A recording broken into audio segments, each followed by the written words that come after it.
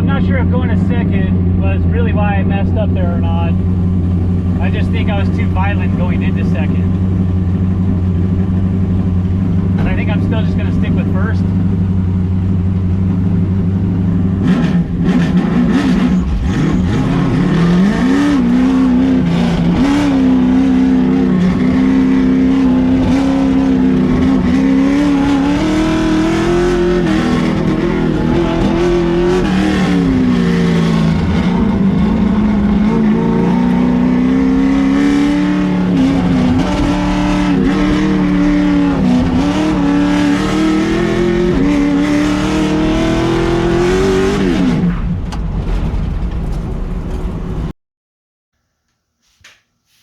I thought I'd introduce you guys to this other project I've had in the garage.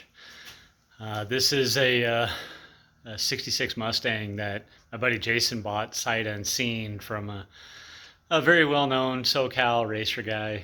You guys probably familiar with him, Brent Jennings. So this car was already pretty well set up with some of TCI's competitors' products, designed to work within a certain rule set to where you have to keep factory pickup points on the suspension. So Jason bought the car, and like I say, sight unseen, he shipped it to my house. Unfortunately, it's been here over a year. He has never even put eyes on the car. The intention was to put all of our stuff underneath it. I was dragging my feet a little bit trying to get some video stuff done for the shop using the car, but just timing hasn't worked out, so I'm going to go ahead and install this stuff myself. This car is very well set up. It's got a gnarly little 408 Windsor underneath the hood. It's got a dog box transmission that's, I want to say it's got like a dual clutch flywheel on it that weighs like 8 pounds.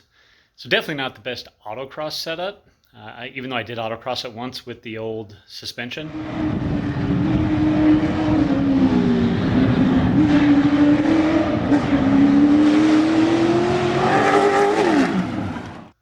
Thing's a wild ride. I'd guess it's probably making somewhere in the neighborhood of 600, 650 horsepower. But we're taking it to the next level right now. I'm going to go ahead and put our Pro Touring front end under it and a torque arm rear.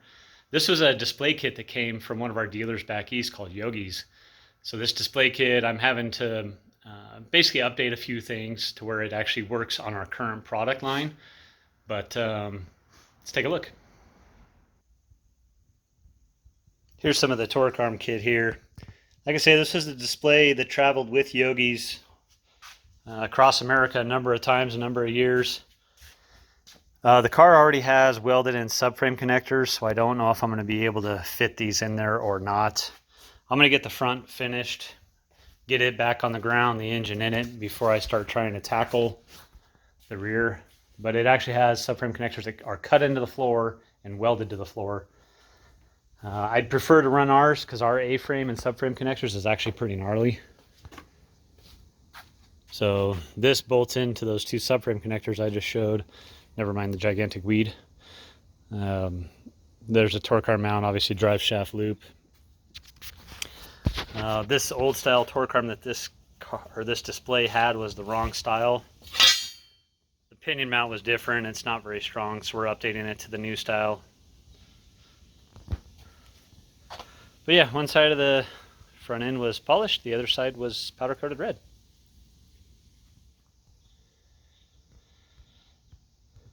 Even have a complete Currie 9-inch for it. That again, unfortunately has some of the old componentry on it, mainly the panhard bar. See how it's got this window here? Early versions of that. I'm gonna have to put one a little bit more sturdy on there for what type of action we're gonna be putting this through. Getting a little more funny business here. I was trying not to weld to the top of the housing, so I was trying to make a bolt-on mount there. But yeah, we're probably going to put some Miller-built floater, bolt-on floater deals here. The hope is eventually this car has ABS.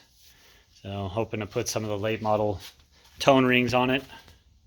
But yeah, overall a very nice car, albeit filthy, sitting here for the last year.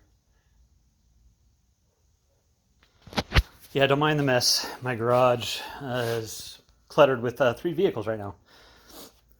I've got some spindle assemblies here. The hubs will be used, but not those brakes. We'll get some big Wilwoods for it. But as you can see, it's all fully plumbed race tank with the sump in it, breathers. It's got 17 by 11 American Racing wheels on it now. It actually has Nankang AR1s, the 100 treadwear. But full cage. Like I say, this car ran in Vara, the mini Nats. So kind of designed and built around a certain rule package, but very nice car. You know, Jason's going to have his hands full with this thing because it is a lot of car and he doesn't have a lot of seat time, but he's going to get it with this. So we're going to make some small changes. I yanked the driver's seat out of it. It's actually sitting in the Blazer right now. That little Currie there. Not really that comfortable. No, we're going to put something a little more comfortable in it and move it back. So the current seat was up to here. I'm going to try to get it back to this other position, get the driver back a little bit, trying to get some weight bias to the rear. Like I say, it's got some really good parts in it. Nice cage. Nice to have a fire suppression system in it. It just had a X-pipe and then duals out the side, no mufflers. But as you can see, the stuff that was in it is all removed. The TCI kit is going in fairly quickly. I, of course, always try to go a little bit above and beyond. You know, our typical boxing plate ends about there. I just added another piece in to go a little bit farther back. Also made a plate for underneath and another one on the inside as well. Our fender panels and our boxing plates make these things extremely strong, but I knew I wasn't going to have room to put down bars, so I wanted to strengthen up the frame as much as I could. So you can see that other plate there that I added.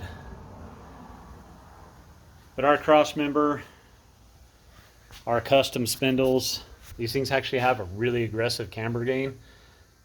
Not to mention good anti-dive. It's a really good kit.